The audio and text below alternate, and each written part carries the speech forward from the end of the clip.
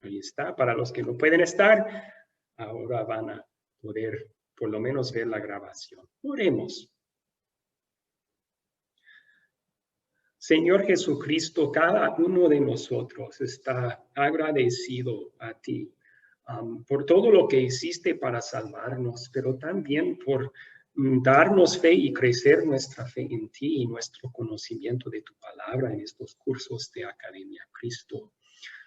Estamos tan agradecidos, Señor Jesús, que queremos mostrar esa gratitud. Una de las formas que nos dices que podemos hacer eso es con compartir lo que hemos recibido de ti con otras personas. Nuestro deseo, con tu ayuda, Jesús, es ser discípulos, quienes hacemos discípulos por el poder del Evangelio y la obra del Espíritu Santo mediante él. Pedimos entonces, Señor Jesús, tu bendición sobre nuestro estudio en este curso. Que bendigas a cada uno de nosotros con conocimiento y más fe en ti, y también que nos capacites y que nos animes a llevar el mensaje de pleno perdón por tu vida y tu muerte en nuestro lugar al mundo. Es en tu nombre que te lo pedimos. Amén. Excelente. Ok, entonces ahora un poco más sobre este curso que estamos comenzando hoy. Este es el curso culminante del nivel discipulado del programa de Academia Cristo. Todos ustedes han tomado ya los otros 12 cursos de Discipulado 1 o están completando esos cursos actualmente. Entonces, llevamos todos juntos una base de aprendizaje, de conocimiento bíblico, y eso es muy, muy bueno. Podemos ahora platicar qué vamos a hacer con eso, con ese conocimiento que tenemos. Este curso comparte una metodología que será repetida en la práctica. Los cuatro conceptos claves enseñados en historias bíblicas. Hablaremos más de esto en clases futuras, no se preocupen, pero es una forma de evangelizar. Un breve estudio de los 4 conceptos clave usando historias bíblicas. Y esos conceptos son el pecado, la gracia, la fe y las obras. Para acompañar este curso, entonces, vamos a darles a ustedes esta herramienta, este estudio, tanto escrito e imprimible, y vamos a capacitarles a compartir este estudio con otros. Y así pueden comenzar a reunir a otras personas para compartir la palabra de Dios con ellos usando esta herramienta. Bueno, hasta allí entonces, ¿cuáles son sus preguntas al comenzar este curso?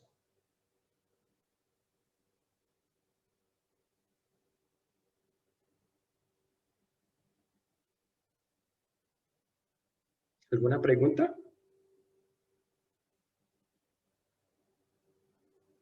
No, pastor. Okay. Si no hay preguntas, entonces sigamos adelante. Ustedes miraron un video en preparación para esta clase y también prepararon respuestas a 2 preguntas. Así que vamos a ir contestando esas preguntas juntos. Vamos a comenzar con la primera. ¿Cuál es la diferencia entre una parte prescriptiva y una parte descriptiva de la Escritura? El video hizo breve mención de este punto. ¿Cuál es la diferencia entre una parte prescriptiva y una parte descriptiva de la Escritura? Veo que José Uriel levantó su mano. Adelante, José Uriel. Sí, pastor, teniendo en cuenta la parte prescriptiva en la Sagrada Escritura, hace referencia que es cuando se refiere uno a un texto donde se expresa la voluntad de Dios. Se prescribe un mandamiento, una ordenanza del Señor. Y la parte descriptiva, como lo dice su nombre, es cuando se narra un hecho glorioso, un milagro, o también una batalla o una desgracia, que se narra los sucesos. Entonces se describe bien detalladamente lo que pasó. Ok, excelente. Muchas gracias por su respuesta. ¿Alguien más quiso contestar esta pregunta?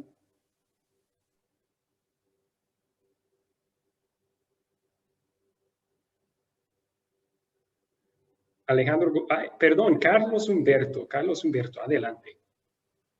Bueno, prescriptiva es como una orden, como un mandato, ¿ya? Y la descriptiva nos dice lo que pasó, nos cuenta algo y nos motiva a hacer lo mismo. Es algo así, o menos que lo veo yo. Ok. Sí, en algunos de algunas de las partes descriptivas de la palabra, siempre es contando lo que sucedió, como usted mencionó. A veces es un buen ejemplo para seguir porque también hay una parte prescriptiva que nos manda a hacer lo mismo. A veces no hay mandato para seguir el ejemplo. En ese caso, a veces es sabio seguir el ejemplo, a veces no será sabio seguir el ejemplo. Pero gracias por esa explicación. Alejandro Gordillo. Pues iba a agregar más o menos lo que está diciendo el pastor de la parte descriptiva, de que la descriptiva, pues como su nombre lo dice, es la descripción y no estamos siempre obligados a hacer lo que dice la descripción, sino que es más como un ejemplo de cómo se puede hacer las cosas o cómo sucedieron las cosas. Como decirlo del viaje misionero de Pablo, que cómo fue el viaje de Pablo y describe cómo fue el viaje misionero de Pablo, pero no estamos obligados a hacer exactamente el mismo viaje de Pablo, a diferencia de la parte prescriptiva de la Biblia. Ok. Excelente. Muchísimas gracias por esas buenas respuestas. Aquí en la pantalla entonces un breve resumen de lo aprendido y lo mencionado en el video. Las secciones prescriptivas de las escrituras son lugares en donde la escritura nos dice directamente lo que debemos hacer. Un ejemplo es los 10 mandamientos. Ahí tenemos una prescripción de Dios para nuestras vidas. Nos manda a hacer o no hacer algo. Las porciones descriptivas de la escritura son aquellas que nos dicen lo que sucedió, pero no nos instan a hacer lo mismo. A veces son tal vez malos ejemplos que no vamos a seguir. A veces son ejemplos que podemos ver cosas sabias en el ejemplo y decidimos seguirlos, a veces no. Voy a dar, este tema es importante para nuestro estudio en este curso, porque hablamos de metodología, de cómo debemos llevar la palabra de Dios a otros. Pero es más amplio el tema, más extensa la aplicación de esta distinción. Porque cuando tomamos un pasaje bíblico que es descriptivo y lo convertimos en un mandato, podemos errar. Y voy a darles dos ejemplos breves de esto. Uno que he comúnmente escuchado es en la vida de Jesús, nuestro Salvador. Él fue bautizado a los 30 años. Y algunos toman esa descripción de lo que sucedió con Jesús y lo convierten en una prescripción. Puesto que Jesús fue bautizado como adulto y debemos seguir el ejemplo de Jesús, debemos ser bautizados como adultos. El problema ahí es que en el mandato que Jesús da sobre el bautismo, la prescripción, Él dice, id y hacer discípulos a todas las naciones bautizándoles. Él no especifica edad, adulto o niño. Él lo deja abierto para gente de todas edades en la prescripción. Entonces estamos equivocados si tomamos la descripción de Jesús y lo convertimos en una prescripción. Va en contra de lo que Jesús mandó. Otro ejemplo sería tal vez el ayuno. Tenemos muchos ejemplos, muchas descripciones de creyentes en la Biblia haciendo un ayuno. Pero para decir a base de eso que todos debemos ayunar, dice más que la Biblia dice. Dios no da una prescripción en la Biblia, en el Nuevo Testamento, que creyentes ayunen. Entonces, estamos equivocados si convertimos la descripción en una prescripción. ¿A qué tiene que ver eso con este curso entonces? Pues vamos a estudiar metodología de cómo llevar la palabra de Dios a otros. Y en eso tenemos una prescripción. Jesús dijo, vayan y hagan discípulos. Ahí está el mandato de nuestro Salvador, ¿no? Pero exactamente cómo, dónde ir primero, qué versículo compartir primero, etcétera, no hay prescripción en la Biblia. Tenemos libertad. Entonces vamos a estudiar unas historias de creyentes en la Biblia, como Pablo, enseñando la palabra con otros y ver su metodología, pero no es una prescripción, no es un mandato, pero sí vamos a encontrar unas cosas sabias y unos buenos puntos que pueden ayudarnos a evangelizar hoy en día. Excelente. ¿Alguna pregunta sobre esa? Sí, ahora, por favor. En relación, por ejemplo, a la oración, el Señor, por lo menos en Getsemaní, le dice a los discípulos que oren, ¿verdad? Para que no entren en tentación. En ese momento que se hace, quizás se pueda considerar como algo del momento. Pero si nosotros tomamos en cuenta la oración, ¿es prescriptiva o descriptiva? El orar, ¿cómo lo ve usted? Sí, es buena pregunta. Ahí sí tenemos otras prescripciones que no son solamente para unos discípulos en unas situaciones. Tenemos Pablo en una de sus cartas a los tesalonicenses, no recuerdo cuál, dice, orad sin cesar. Orad sin cesar. Y eso está diciendo... Tesalonicenses 5:17. Muchas gracias por la cita, sí. Entonces, ahí, sí. ahí tenemos una prescripción de Dios para todos los creyentes. Él estaba escribiendo a todos los creyentes en Tesalónica allí, pero es una verdad que aplica a todo creyente de todo tiempo. Sí. Pero exactamente cuáles palabras utilizamos. Jesús nos dio un modelo en el Padre Nuestro, pero también podemos usar palabras del corazón de uno. Vemos eso también en la Biblia. Y no solamente descriptiva, sino Dios nos permite hablar con Él en oración así también. Así que hay una prescripción, oren, pero también tenemos libertad de qué forma toman nuestras oraciones. ¿Ok? ¿Alguna otra pregunta? Yo, pastor, soy Jaime. Sí, Jaime, adelante. Buenas noches, bienvenido. Gracias, pastor, muy amable. Estaba pensando cuando David cayó en pecado con Betsabé, eso sería algo descriptivo, ¿verdad? Sí. Pero cuando el profeta va y recibe una orden de Dios para ungir a David como rey, sería algo prescriptivo entonces. Sería prescriptivo solo para el profeta en ese acto de ungir a David. Para Samuel y su ungir a David. No es una prescripción para todo creyente de todo tiempo.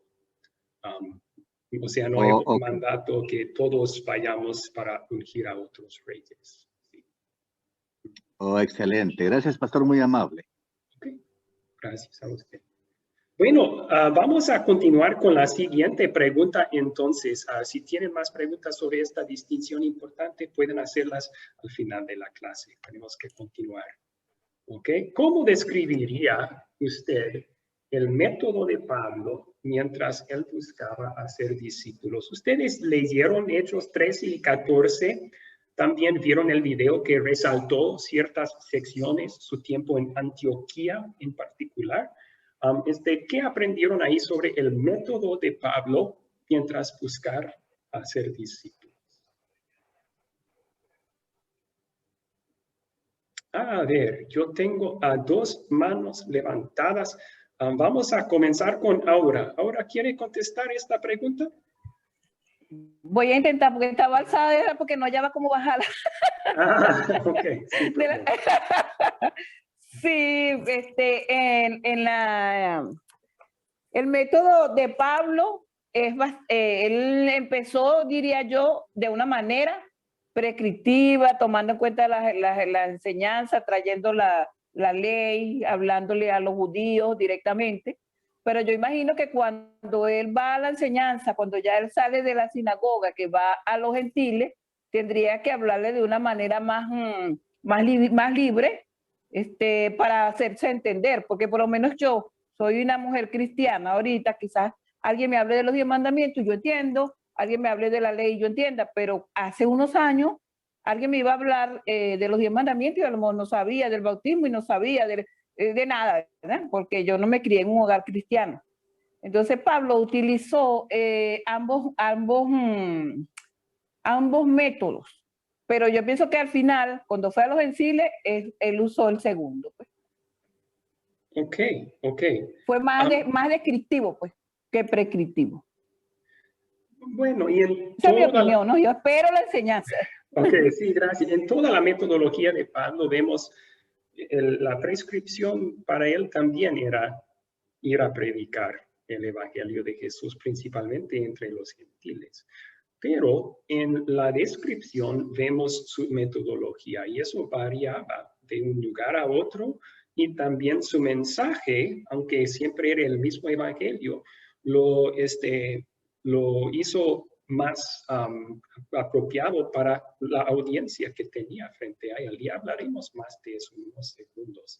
Alejandro Gordillo levantó su mano. Alejandro, adelante. Sí, pastor, pues, o sea, considero que, o sea, ahí estarían los 4 elementos que nos mostraban en el video de la parte de cómo Pablo inició su ministerio.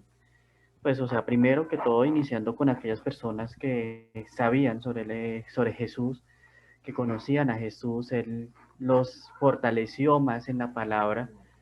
Y luego cuando llegaba y iba a hablar con otras personas, él utilizaba siempre las historias bíblicas, lo que había pasado con Jesús, todas las cosas que habían estado relacionadas. Luego, después de eso, él aprovechaba cualquier momento que se le diera para hablar de la palabra, como cuando vio lo del templo del Dios sin nombre. Él aprovechó el momento de que vio, él dijo, este templo del Dios sin nombre, pues yo vengo a predicarles del Dios sin nombre, que es el Dios de todos. Okay. ¿Sí? Entonces, él aprovechaba cualquier oportunidad para evangelizar a las personas. Y también lo de entrenar para el liderazgo. Él siempre mantuvo el entrenamiento para el liderazgo por medio de las visitas que hacía a las diferentes iglesias y por medio de las epístolas que mandaba a las iglesias. Él constantemente estaba pendiente de cómo iban las personas, cómo iba el liderazgo de las iglesias. Podemos ver cómo en algunas iglesias él llamaba la atención porque este liderazgo estaba yéndose por caminos equivocados. Él hacía como que estaba muy pendiente de cómo iba el camino de la iglesia, de cada una de las diferentes iglesias, en el recorrido que él había hecho y que él había plantado. Porque pues realmente cuando él pasó por las iglesias, él fue plantadas iglesias porque no podía estar al frente de todas las iglesias por que él había creado. Ok, muchas gracias por compartir esos 4 puntos que fueron mencionados también en el video. Lucy levantó su mano. Lucy. Sí, pastor. Pastor, acá hay una parte donde habla a los inicios, ¿no? Cuando dice, por ejemplo, que ellos, acá en 13 y en el 2 dice, ¿no? Ministrando estos al Señor, ayunando, dijo el Espíritu Santo, apartadme a Bernabé y a Saulo para la obra a que los he llamado. Entonces, habiendo ayunado y orado, impusieron las manos y le dijeron a los apóstoles, ellos entonces enviados por el Espíritu Santo descendieron de él. Mi pregunta es esta, pastor, si ya Jesús ya había hecho todo, entonces ¿por qué en la Biblia habla? Por eso de esto es que muchos se agarran del ayuno y de la oración del ayuno más que nada, porque acá hablan del ayuno, pastor. De la oración sí, pero del ayuno, pastor, entra la descripción. Gracias por preguntar eso. como expliqué al principio, este es otro versículo que es descriptivo sobre el ayuno, ¿verdad? Vemos a un grupo de creyentes ayunando y orando, pero no es un mandato que todo grupo de creyentes ayunen. Entonces, hay algunas razones buenas por las cuales un cristiano o un grupo de creyentes puede escoger ayunar. Tal vez para enfocarse mejor en el estudio de la palabra o en la oración por un tiempo. Puede haber otras razones también, pero no es un mandato que todos tenemos que cumplir. Si usted quiere más información sobre el ayuno, puedo enviarle un documento que tenemos preparado sobre ese tema. Pero no vamos a pasar más tiempo en esta clase explicándolo solo porque el enfoque es otro. Okay. Sí, está bien, pastor, porque yo me he encontrado con varios hermanos que realmente ellos están secos, ¿no? Porque en este tiempo de pandemia, ellos decían hay que hacer ayuno, para que pueda ganar a nuestro favor. Pero yo le decía que no, le digo, ¿por qué vamos a hacer un ayuno? Le digo, si esto está en la voluntad de Dios. ¿Dónde está nuestra fe, no? ¿Dónde está lo que el Señor ha hecho por nosotros? Él está en su voluntad y Él lo va a hacer, lo va a desaparecer ya, pero eso está en la voluntad de Él, no en de nosotros. Pero no entienden, pastor. Quisiera que me lo mandes, pastor, y así cuando me da otra oportunidad de encontrarme con ellos para poderles compartir. Claro que sí, claro que sí. Y eso sería un ejemplo de un motivo pecaminoso para ayunar, pensando que así podemos ganar una respuesta favorable de Dios en su oración. Está confiando en nuestras obras para el favor de Dios. Jesucristo ya nos ganó respuestas favorables a todas nuestras oraciones. Así que sí, pero vamos a dejar a un lado ese tema por el momento. Santos Herminio levantó su mano. ¿Cuál es ¿Quiere contestar esta pregunta? ¿Cómo describiría el método de Pablo? Sí, gracias. Voy a aportar algo. Okay. El método de Pablo aquí es un método descriptivo. O sea, no prescribe para nosotros, ¿verdad? Exacto. ¿Cuál era el método de él? Él iba a una ciudad y buscaba personas que ya conocían del Antiguo Testamento. Después, entonces, él les enseñaba lo que ellos no conocían, que no conocían todavía de Jesucristo, ¿verdad? Excelente. ¿Verdad? Sí, entonces, y después él, cuando ya les enseñaba, los discipulaba, entonces identificaba a hermanos de los que él enseñó, que discipuló, ya para poder levantar un grupo o una iglesia. Por eso Pablo es apóstol, porque él fundaba iglesias. ¿Verdad? Entonces, el método de Pablo no prescribe para nosotros, pero es un buen ejemplo que si dio resultados con él, va a dar resultados también con nosotros. Gracias por resaltar esos puntos. Muy importante recordar eso. Este no es un nuevo mandamiento que estamos poniendo aquí, pero sí estamos estudiando el ejemplo de Pablo, viendo que hay sabiduría en lo que él hizo y cómo podemos aplicarlo a nuestro evangelismo también. Entonces, los 4 puntos mencionados en el video son los siguientes.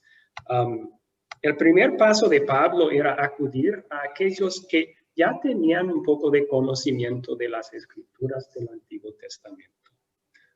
Su práctica normal, y no siempre lo hacía, pero era llegar a la ciudad y buscar la sinagoga para compartir con los judíos allí. ¿Por qué? Porque tenían una base de conocimiento del Antiguo Testamento. Muchos de ellos conocían las promesas de un Salvador. Lo que faltaba era saber que ese Salvador era Jesucristo. Entonces, primero llegó allí. Luego utilizó, en el ejemplo que ustedes leyeron para el día de hoy en Antioquía, Hechos 13, utilizó historias bíblicas como puente para anunciar el evangelio. ¿Conocían su Antiguo Testamento? Él les contó una historia sobre el Antiguo Testamento, culminando en y el Salvador que Dios prometió es Jesucristo de Nazaret. Después, él expandió su público para llegar a otros también. a los gentiles que no asistían a la sinagoga, no conocían nada del Antiguo Testamento, también predicó entre ellos para alcanzar a esas almas. Y como fue mencionado, de los que creían, Pablo identificaba a líderes y seguía con más entrenamiento a través de visitas y cartas a esos líderes de las iglesias. Pastor. Okay. Hasta allí, ¿alguna pregunta? Pastor. ¿Sí? José Manuel. A ver, de esta táctica de Pablo, metodología, si lo traemos hoy en día a nuestra realidad, es muy similar a lo siguiente. En el caso acá de los colegios, en el caso, no sé si acaso en otros países se dirá colegio o bien primaria, cuando los alumnos pasan de un curso a otro, siempre se les hace una prueba de diagnóstico para saber el nivel. Quién sabe más, quién sabe menos, quién sabe nada o quién no sabe. Ahí tenemos esto mismo que hacía Pablo. Llegaba a un lugar, veía quiénes tenían el conocimiento, cómo lo tenían, y de ahí comenzaba a ver cómo empezaba a predicar. También lo tenemos en las capacitaciones. Yo que he tenido varios cursos de capacitaciones, lo primero que hacen es saber el nivel de los participantes. El nivel de educación, qué sé yo, para saber cómo van a empezar. Porque sabemos de que si partimos de muy abajo, de muy básico, los que están avanzados o los que están un poco más que avanzados, se van a aburrir y se van a ir. Y si esto lo traemos a la iglesia, cada vez que a algún hermano le toca predicar, una de las reglas básicas es saber a quién le voy a predicar. Primero, saber su nivel de conocimiento de la iglesia, su nivel educacional, porque aunque no lo crean, también afecta mucho el nivel educacional, porque con qué palabras les voy a explicar. Muy técnicas, medio técnico, básico. Entonces, lo que hacía Pablo es lo que hoy en día a través del tiempo se ha ido modificando y lo que nosotros hacemos a lo mejor inconscientemente, pero ahora estamos viendo su origen. Eso es lo que quería hacerle mención, Pastor. Gracias por el punto. Ya nos adelantó con esa aplicación. Vamos a platicar un poco más de eso adelante en la clase, pero gracias por hacer la observación. Muy importante tomar en cuenta su audiencia y su nivel de conocimiento. Muy bien. Ok, vamos a continuar entonces aquí. Bueno, en Mateo 28, Jesús envió a sus discípulos a hacer discípulos de todas las naciones. En Marcos 16, Jesús especificó que eso significaba ir a toda la creación. Jesús les dejó una tarea enorme, gigantesca. Pero al igual que un viaje de 1000 millas comienza con un solo paso, así el trabajo de evangelizar al mundo iba a empezar con compartir el mensaje de Jesús con una persona, una sola persona, ¿no? Quien sea esa persona, sea anciano, alto o bajo, amigo o extraño, hay ciertas cosas que podemos saber de antemano antes de hablar con esa persona sobre la persona misma, porque la Biblia nos da esta información sobre todos nosotros. Entonces, mientras nosotros llevamos a cabo esta gran comisión que nos dio Jesús, encontramos a una persona para compartir el mensaje de Jesús con esa persona. Es bueno mantener estas 4 cosas bíblicas en la mente. Primero, antes de ir a hablar con esta persona, podemos saber bíblicamente que esta persona es un pecador. Tal vez la persona misma no lo reconoce. Entonces, nuestro trabajo será hacerle reconocer eso, usando la palabra, la ley, para mostrarle su pecado. Pero nosotros podemos entrar en la conversación, reconocer, esta persona es un pecador como yo. Él tiene la misma necesidad que yo tengo, porque su pecado, igual que el mío, merece castigo eterno de parte de Dios. Esa información es útil porque nos ayuda a entrar a la conversación con la gran necesidad en la mente, pero también en una humildad y compasión. Estamos entrando a la conversación no para convencerle a una persona para ganar un argumento sobre quién es correcto y quién no. Estamos entrando a la conversación porque, igual que yo, esta persona tiene gran necesidad de un Salvador. Punto 2. Podemos entrar a la conversación sabiendo de antemano, sin hablar con esta persona, que Jesús murió por él. Porque Jesús murió por todos. Igual que murió por ti y por mí, murió por la persona con quien hablamos. Esto también nos llena de recordar, Jesús murió por ti, por mí, pero también por esta persona. Esto nos ayuda, nos llena con amor mientras hablamos con esta persona. Cuando estamos hablando, tal vez la persona rechace o se enoja, pero esta verdad, Jesús murió por esta persona. Nos recuerda, Jesús ama a esta persona tanto que se sacrificó por él. Así que voy a amarle también. Voy a amarle tanto que voy a decir lo que necesita escuchar. Y eso nos lleva al siguiente punto. Podemos saber de antemano que solamente por la fe recibirá esta persona el perdón de pecados y la vida eterna. Solo por la fe recibirá esta persona el perdón de pecados y la vida eterna.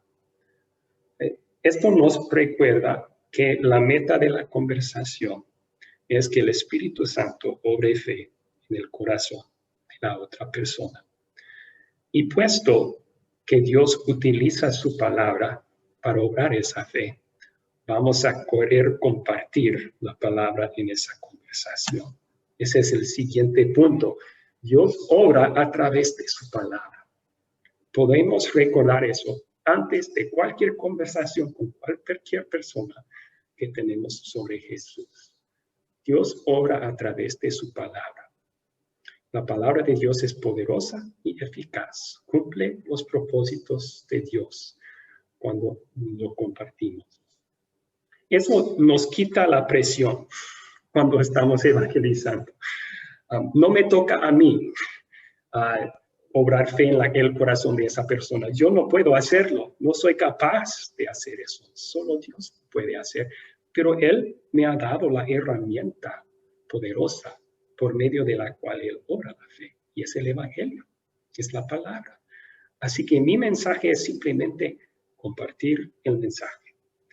Mi obligación, mi deber es simplemente compartir el mensaje, la palabra con esta persona para que el Espíritu Santo haga su trabajo en el corazón. Excelente. Entonces, la meta de esta clase es que el discípulo haga discípulos. En este curso, nuestra meta es hacer discípulos, pero no malentiendan ese título. No es que nosotros podemos de verdad dar fe a alguien más. No está dentro de nuestro poder. Sino está el poder en la palabra de Dios.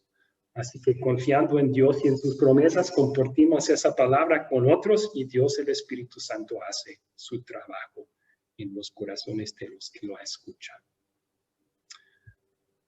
Hasta allí, ¿alguna pregunta? No, señor. Okay. Muy claro. Todo muy claro. Sí, Javier levantó su mano. Adelante.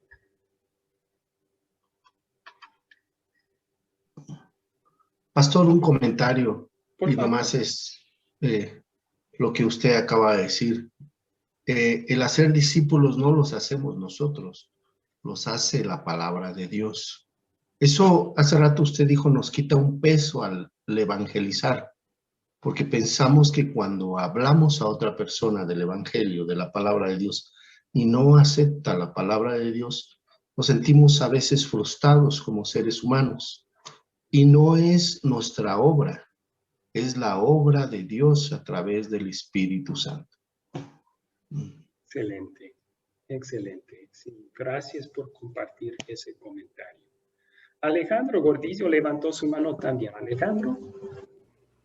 Sí, pastor, y con respecto a lo que decía el hermano ahorita, también pienso que cuando uno va a hablar con otra persona o va a discipular a otra persona, A veces uno cree que es uno el que tiene que sacar las palabras, que es uno el que tiene que decir, es uno el que tiene que mostrarle cuánto sabe, cuando realmente es la obra del Espíritu Santo quien habla a través de nosotros. Y eso como que quita un poco la presión que existe en ese momento, porque a veces uno dice, pero es que no me acuerdo de esto, no sé esto, o se me olvidó esto. Y no, o sea, las cosas tienen que fluir como el Espíritu lo desea. Sí, sí, y el Espíritu nos ha dado las palabras que compartir en la Biblia. Entonces, gracias por su comentario. Sí, estoy de acuerdo. Esto sí nos quita un peso. A veces caemos en el pensar que depende de nuestra elocuencia, nuestra sabiduría, depende de nuestra amabilidad para que la otra persona llegue a creer. Pero estamos equivocados si pensamos así. El poder está en el sencillo mensaje de Cristo crucificado y resucitado para nuestra salvación, el Evangelio. Y ese mensaje un niño lo puede compartir. Cristo me ama, bien lo sé. Entonces, sí, podemos nosotros también, empoderados por el Espíritu Santo, podemos compartir ese mensaje sencillo también con otros. ¿Alguien más? ¿Preguntas o comentarios?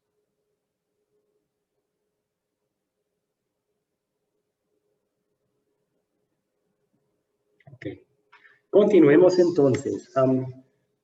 Ya mencionamos el ejemplo, la metodología del apóstol Pablo.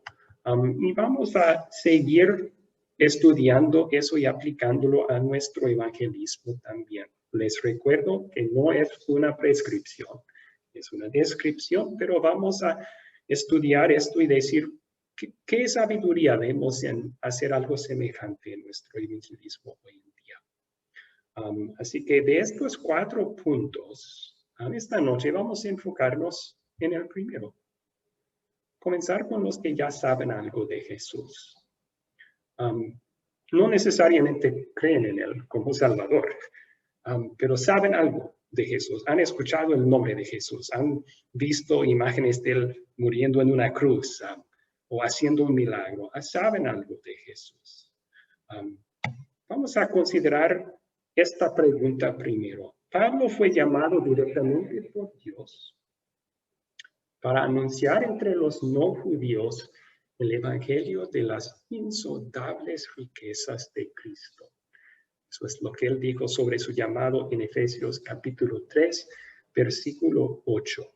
Entonces, el mandato de Dios, lo que Dios le llamó a hacer específicamente era evangelizar a los gentiles, los no judíos. Pero lo vemos un poco interesante entonces que al llegar a una ciudad, él empieza con los judíos.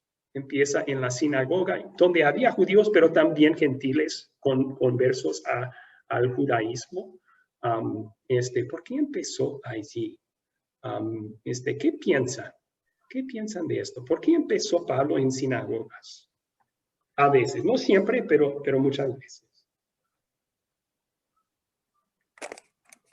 Sí, Aura Rica, usted levantó su mano. Aura, ¿qué piensa? Yo pienso que Pablo, conocedor de la ley, ¿verdad? Conocedor del Antiguo Testamento, y sabía que el nivel de conocimiento de las personas que se encontraban en esa sinagoga, él quizás podía demostrarle bíblicamente, bueno, hablando actualmente se diría bíblicamente, que esa persona, Jesucristo, que nació y murió por nosotros, estaba ya anunciada en el Antiguo Testamento, que es ese mismo Jesús, es el Hijo de Dios, ese Mesías prometido, esa persona a la que ellos estaban esperando. Entonces, él se lo demostraba con conocimiento, con pruebas.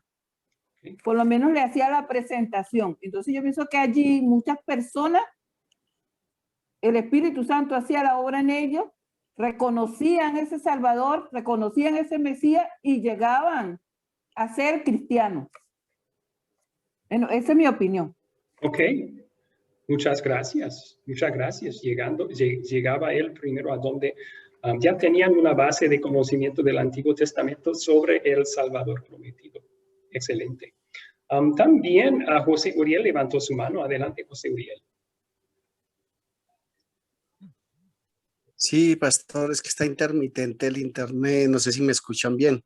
Sí, le escuchamos. Pero sí, los fariseos, escribas, los judíos, ellos tenían la ley, sabían mucho de la ley mosaica, y eso era lo que Jesús les criticaba. Entonces Pablo, por eso se dirigía a ellos a predicar eso porque tenían conocimiento. Ok. Gracias por el comentario. ¿Sí escucharon? Sí, escuchamos. Sí, muchísimas gracias. A ver, ¿alguien más quiere contestar esta pregunta? Sí, Alejandro Gordillo levantó su mano. Alejandro. Sí, pues, o sea, también hay que ver que la sinagoga era el sitio de reunión de las personas en estas ciudades. Entonces él aprovechaba que era el sitio de reunión en donde se hablaba de la palabra para él dar la enseñanza del evangelio. Ok. Era un sitio donde había un grupo de personas que se reunían regularmente un día de la semana. Interesante ese punto. Entonces, no tenía que ir a reunir a un grupo para predicarles, ya estaban reunidos. Una audiencia ya hecha y lista. Muy bien. ¿Alguien más quiere opinar aquí? Pastor, José Manuel. sí, no tengo base, pero yo recuerdo por acá un estudio que se hizo, o una conversación en realidad que tuvimos. También, bueno, Pablo cumplía también con un mandato. Primero, Jesús cuando los mandó a predicar, les pidió que primero partieran por los judíos y luego por los gentiles. Eso es lo que yo tenía entendido. Y Pablo, yo creo que cumplió. De hecho, hay una parte donde dice, no, yo no sé en qué parte, no recuerdo este momento, a lo mejor algún hermano lo sabe, cuando les dice primero vayan así, y empieza a nombrar a ciertas localidades. Y esas localidades partían por los judíos, y así hasta que llegaban a los gentiles. Pero no recuerdo bien esa cita. Pero eso era lo que así meramente recuerdo. Ok. Sí es cierto que tenemos primero el ministerio de Jesús. Él se enfocaba en los judíos en su ministerio, pero siempre incluyó a los gentiles que se encontraban con él también. Y hay unos lugares en las cartas de Pablo cuando él menciona primero para el judío, luego para el griego, luego para el gentil. Y sí siguió eso en muchas de sus visitas a lugares. No es una prescripción necesariamente, ni para nosotros hoy en día. La prescripción es toda la creación y predicar el evangelio a toda la creación. Pero sí Pablo siguió ese orden muchas veces que él mismo escribió en unas de sus cartas. Ok. Bueno, podemos decir esto sobre la observación que hemos concluido. Parece que Pablo comenzaba con las metas de corto alcance. Comenzaba con aquellos que en un principio escucharían. Un poco más de explicación sobre esto. ¿Cómo eran los judíos metas de corto alcance? Pues Pablo era un fariseo, bien entrenado, con una reputación entre los judíos por su conocimiento. Entonces, llegando a una ciudad, llegando a una sinagoga, muchas veces iba a suceder lo mismo que sucedió en Antioquía. Saulo está aquí, Saulo de Tarso. Vamos a invitarle a dar el mensaje. Él tenía ya un púlpito, por decir, y una audiencia que estaba listo, dispuesto a por lo menos escuchar su mensaje. Entonces, él utilizó eso, lo vio como una bendición que Dios estaba entregándole una audiencia y llegó y primero les habló a ellos el mensaje de Jesús. Tuvo una audiencia inicial que era fácil en un sentido, ¿verdad? En cada caso, con el tiempo, él pudo compartir el evangelio también con los gentiles, y eso es lo que hacía. Pero comenzaba compartiéndolo donde podía inmediatamente. También, como ustedes mencionaron, tenían ya un conocimiento base de las escrituras del Antiguo Testamento. Entonces, llegar con gentiles y decir el Salvador que Dios prometió a Abraham y a David es Jesucristo. Los gentiles iban a preguntar quién es Abraham, quién es David, cuál es este Salvador que su Dios nos prometió, y no conocemos tampoco a Jesús. Pero llegando a los judíos, podría decir, ¿ustedes conocen a Abraham? Oh, claro que sí. A David, sí. ¿Saben que Dios les prometió un Salvador? Sí, escrito está. Pues estoy para anunciarles que ese Salvador es Jesucristo de Nazaret. Muchos de los judíos, aún en otros lugares, habían escuchado hablar de Jesús de Nazaret, porque era un acontecimiento que no sucedió en un rincón, a escondidas. Era una noticia en ese día en Judea.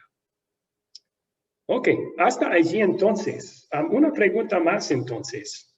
¿Cómo podría influir el método de Pablo a nuestro método para llegar a otros?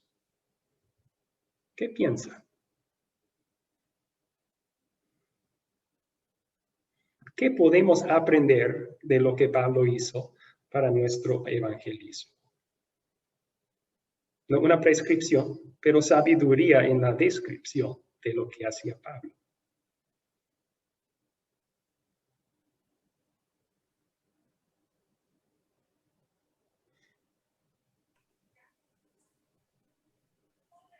A ver, vamos a ver si vamos a querer escuchar de alguien que no ha aportado aún.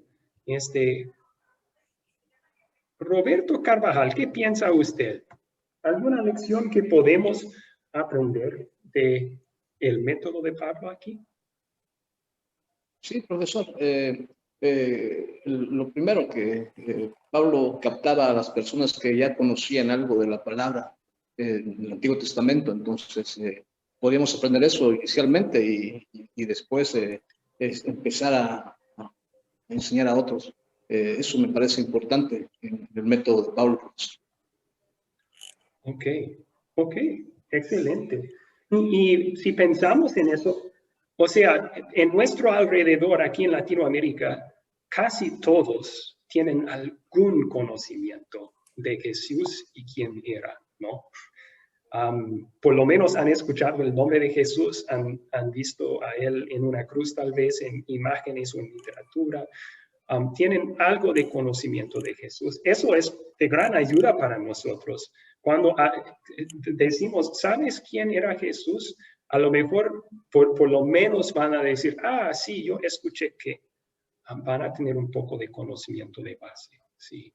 Entonces, nuestro trabajo será suplir lo que no saben o corregir lo que piensan que saben, pero está equivocado. ¿Alguien más aquí? Con amor, sí, con amor. ¿Alguien más aquí? Otra cosa que podemos aprender del método que utilizaba Pablo en nuestro evangelismo hoy. Jair Fabián, ¿tiene algún comentario, alguna respuesta aquí? Pues yo pienso, pastor, que el método de Pablo podría influir en nosotros. Pues él escogía personas que ya tenían conocimiento, como comentaba el hermano, escogía personas líderes. Entonces es como en la vida actual, ¿no? Un ejemplo en un empleo. En un empleo, siempre que van a colocar a alguien para un grupo de personas, escogen personas líderes que sepan manejar a esas personas. Entonces esta persona líder se encarga de saber manejar a ese grupo de personas. Yo siento que de esa forma podría influir en la vida actual. Okay. Capacitando personas líderes para que esos líderes hagan más líderes. Ok, muchas gracias. Usted ya está pensando unos pasos adelante en la metodología de Pablo. Cuando ya había establecido un grupo de creyentes, empezó a buscar los que Dios había capacitado, dado dones para liderazgo, para dejarlos a cargo. Y eso, vamos a hablar de eso más en este curso adelante. Bien, a lo mejor una cosa que podemos aprender de todo esto también es, vamos a empezar tal vez con los que van a escuchar. Estamos buscando con quién compartir el evangelio. Es útil comenzar con aquellos que nos escucharán. Un poco más explicación ahí.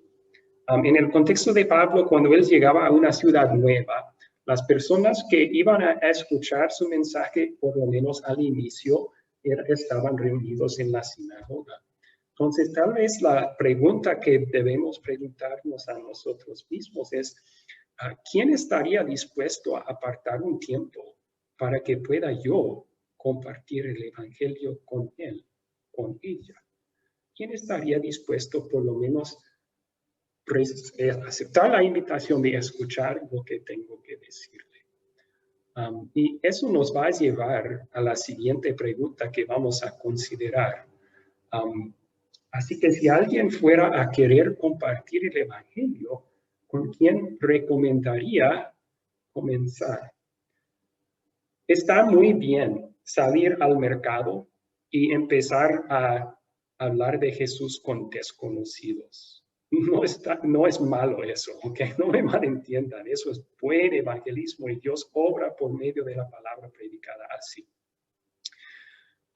Pero hay una cosa que dificulta el evangelismo en ese sentido, en ese lugar y ambiente.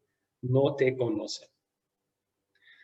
Y si no te conocen, es muy posible que te digan, no quiero escuchar de ti. No voy a escuchar tu mensaje. En cambio, tenemos todos una red de personas que sí nos conocen, o un poco o mucho, con quienes hemos logrado tener un poco de confianza. Y con esas personas, si decimos, ¿podría compartir una historia bíblica contigo? Aun si no creen en Jesús, aun si no están interesados en Dios, porque te conocen a ti, tal vez acepten. Ok, está bien, lo hacemos. Entonces, viendo la estrategia de Pablo, tal vez sería eso un buen momento. La idea sería empezar con la red de nuestros conocidos. En inglés lo llamamos la red de FRAN, Friends, Relatives, pero en español es amigos, familia, conocidos y vecinos. Amigos, familia, conocidos, vecinos.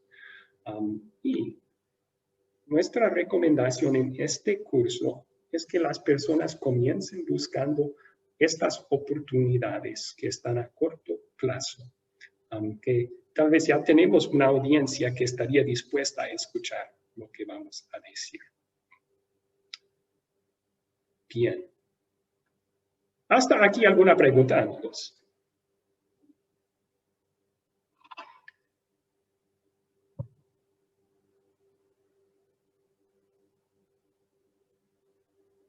Ok. Entonces, una pregunta más para considerar. Mientras considera con quiénes va a compartir la palabra, ¿por qué puede ser útil identificar lo que sabe y después compartir lo que no sabe? Como hacía Pablo, ¿verdad? Él leyó su audiencia, por decir. Él midió lo que ya sabían y lo usaba como un puente para conducir a lo que no sabían, para predicarles sobre Jesús. Entonces, vemos aquí la sabiduría de hacer lo mismo. ¿Por qué podría ser útil identificar lo que saben y después compartir lo que no saben? La primera respuesta ya está en la pantalla, perdón. Nos da un punto de partida. Nos da un punto de partida. Algo de conocimiento compartido entre los dos que podemos utilizar como una puente para conducir el mensaje del Evangelio. Como mencioné anteriormente, casi todos conocen el nombre de Jesús y saben que murió en una cruz. Lo que no saben es lo que significa eso. Que Jesús no solamente murió en una cruz, en una triste tragedia de justicia humana, no solamente lo hizo como un ejemplo de ser valientes hasta la muerte, no, lo hizo como nuestro sustituto. Igual que vivió una vida perfecta en nuestro lugar, Él murió en nuestro lugar bajo el castigo que merecíamos en la cruz para ganarnos perdón para todos nuestros pecados. Entonces podemos utilizar lo que ya saben, tal vez Jesús, que murió en una cruz, para llevarle a lo que no saben, el significado tan profundo e importante de ese hecho. Ahora, vamos a llegar al cierre de la clase. Voy a darles su tarea. Pero antes de terminar, ¿cuáles preguntas o observaciones tienen sobre esto? Roberto Carvajal levantó su mano. Adelante, Roberto. Profesor, no me quedó claro el último versículo de Mateo, que nos quitamos un peso de encima cuando intentamos discipular a alguien y no cree en Jesucristo. ¿No tendríamos que sentirnos mal, profesor? Sí, es cierto. ¿Había una pregunta allí o simplemente una observación? Perdón, Roberto. Una pregunta, sí, porque muchas veces fallamos en esto y nos sentimos como desconsolados al no poder, como los hermanos han dicho antes, que nosotros no tenemos el poder de convencer a nadie, sino el Evangelio, la palabra de Dios. Entonces nosotros tendríamos que sentirnos bien de todos modos, ¿no, profesor, por intentar hacer eso? ¿Tendríamos que sentirnos bien para hacer qué, perdón? Intentar evangelizar a alguien. No. O sea, la esperanza es que todos nosotros estemos confiados en las promesas de Dios y que salgamos a evangelizar sin temor. Pero somos pecaminosos, tenemos una naturaleza pecaminosa. Siempre va a haber dudas, siempre va a haber temores. Entonces, decir a alguien, tienes que tener una fe perfecta antes de salir a evangelizar, nadie podría salir a evangelizar. La buena noticia es que tenemos un Salvador perfecto, que sí evangelizó perfectamente en nuestro lugar y nos ganó así perdón por todas nuestras dudas, todos nuestros temores, perdonados por su vida perfecta y su muerte en nuestro lugar. Dios nos utiliza con nuestras debilidades como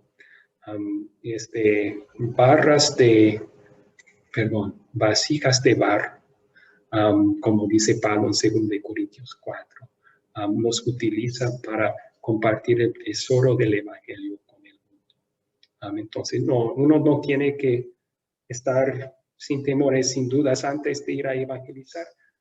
Motivados por el Espíritu Santo, lo hagamos. Y confiamos que Dios va a obrar por medio de nosotros, por medio de su palabra, aún a pesar de y por medio de nuestras debilidades también. Gracias por la pregunta, Roberto. Sí. ¿Alguien más? ¿Preguntas o comentarios aquí al final?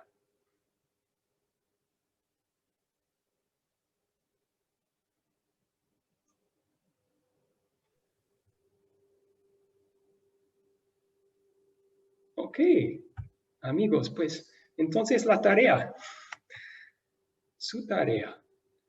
La primera cosa que voy a pedir que hagan para el miércoles es escribir 10 nombres de personas con quienes quisieran compartir la palabra de Dios. Recordando lo que hemos mencionado sobre la sabiduría en la metodología de Pablo, empezamos con una audiencia dispuesta. Para él fue la sinagoga. Estaban dispuestos por lo menos a escuchar al inicio. ¿Quién de sus amigos, familiares, conocidos, vecinos, piensan que aceptaría una invitación para estudiar la palabra por un poco de tiempo con usted? Piensan en esas personas que son en su red de conocidos que tal vez estarían dispuestos a estudiar la palabra contigo. Podrían ser personas que no saben casi nada de Jesús. Podrían ser personas que sí saben algo de Jesús, pero están equivocados en sus creencias. O sea, piensen en personas así. Hagan una lista de 10 nombres con quienes podrían compartir una invitación para estudiar la palabra juntos. Que no tienen que enviármelo a mí, no tienen que compartirlo con la clase, pero sí vamos a utilizar esa lista más adelante en el curso. Así que, por favor, que hagan eso. También, como siempre, vamos a tener un video y pido que vean el video y preparen respuestas a las preguntas que voy a poner en el grupo de WhatsApp. Y si Dios quiere, nos veremos en este mismo horario el miércoles. Es el siguiente clase. Bien, vamos a terminar con una oración entonces y luego cualquier persona que quiere quedarse y hacer preguntas después puede. Oremos. Señor Jesucristo, bendice nuestro tiempo juntos mientras hablamos de esta gran misión que nos has dejado, de compartir tu palabra con otros. A veces sí, los corazones se llenan de miedo al pensar en hacer justo eso. A veces nuestra fe está puesta no tanto en ti y en el poder de tu palabra, sino en nuestra elocuencia, en nuestras debilidades, y eso nos causa a dudar. Que nos envíes entonces tu Espíritu Santo por medio de tu palabra, para que mediante tus promesas nos quites las dudas, nos des más y más valentía para abrir nuestras bocas, invitar a otros a conocerte a ti. Te damos gracias, Jesús, por esta clase. Pedimos tu bendición sobre cada estudiante al salir y pedimos en tu misericordia que nos concedas volvernos a reunir el miércoles. Es en tu nombre que lo pedimos. Amén. Muy bien. Amén, profesor. Muchas gracias. Igualmente, sí, gracias a todos ustedes. En este momento